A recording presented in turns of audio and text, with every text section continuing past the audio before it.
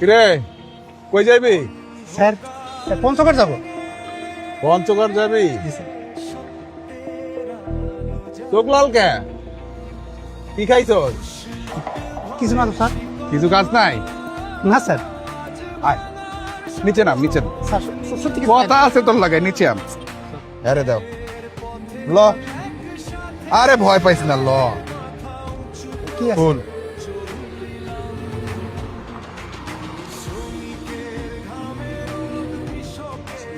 Sir? তো আমার পরিবার দিছিল রাস্তায় খাওয়ানোর লেগা।